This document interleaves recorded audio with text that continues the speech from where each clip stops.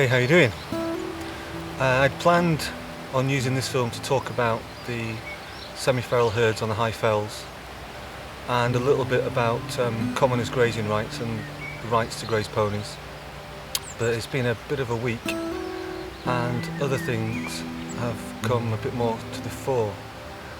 So when I took on the herd of ponies 25 years ago, Margaret, who's a farmer in the village, used to come down our track every day through the summer with a small herd of cattle to graze them on the rushy meadow.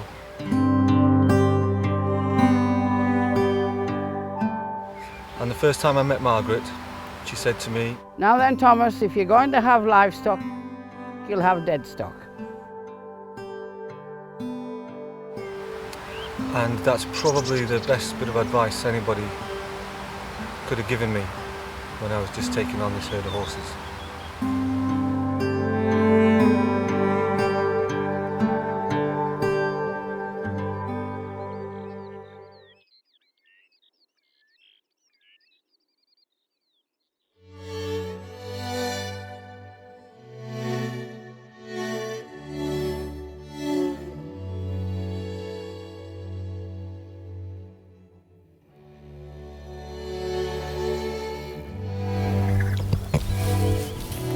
A week ago we had a beautiful grey filly foal out of Lucky. I was going up the fell every day to check how she was doing. The foal was taking milk.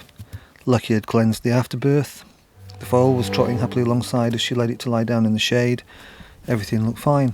I could go away and not have sleepless nights. Lucky's had many foals and is a great mother.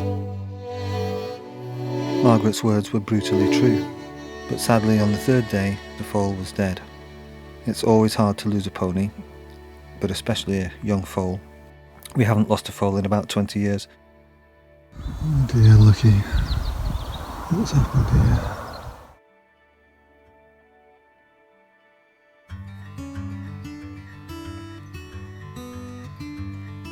But then yesterday, a week after the first foal was born, Lucky's mother Pat here had a beautiful strong black coat foal with a small star on its head.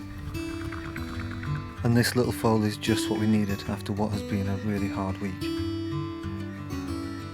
All of this obviously makes you question things, which brings me back to how we manage the herd and what we're looking for when deciding which bloodlines to keep and how to improve them.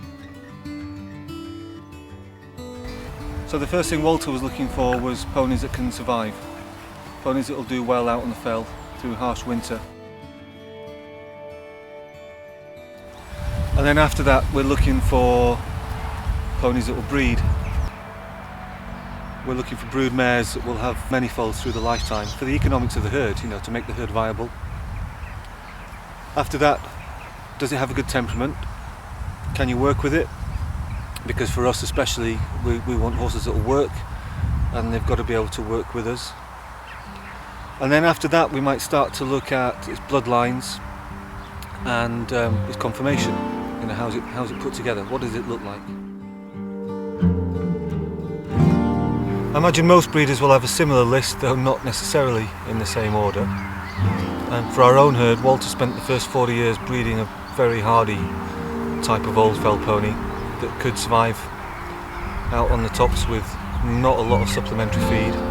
In fact, the original mares that Walter bought, the Heltondale mares, were by Heltondale Roma, who as a yearling colt had survived the really bad winter of 1957 when a large group of Heltondale mares got trapped in a valley. The side of the valley was frozen, the mares couldn't get out, nobody could get to them for months. And when finally Sarge did get to see the mares, they were all dead except for one yearling colt, Heltondale Roma. So our whole herd has been established on real fighting, real hardy stallion. So when I took on the ponies in 1995, I had a good foundation stock of hardy mares with good temperaments, and I've been able to build on that, bringing in fresh stallions, fresh bloodlines to improve the conformation and get to a point where we've now got our own stamp of fell pony.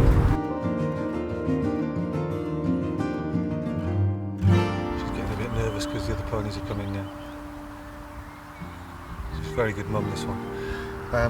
So, breeding ponies is a long game plan. Last year we had a foal out of old Polly Perkins, a little filly foal.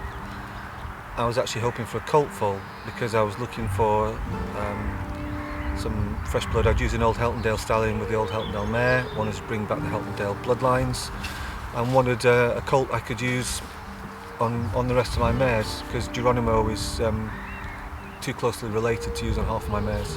Anyway, we had a filly, so that means I've now got to wait another 4 years before I can get a foal out of her and hope it's a colt, and then wait another 4 or 5 years before we might be able to use him and get some fresh blood back into the herd. So it's a long old game.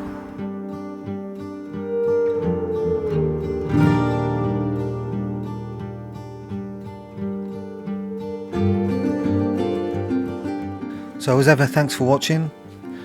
Leave us a message if there's anything you would like us to talk about in any of the future films, and please do let all your friends and family know about our Patreon page. We do really value your support. See you next time.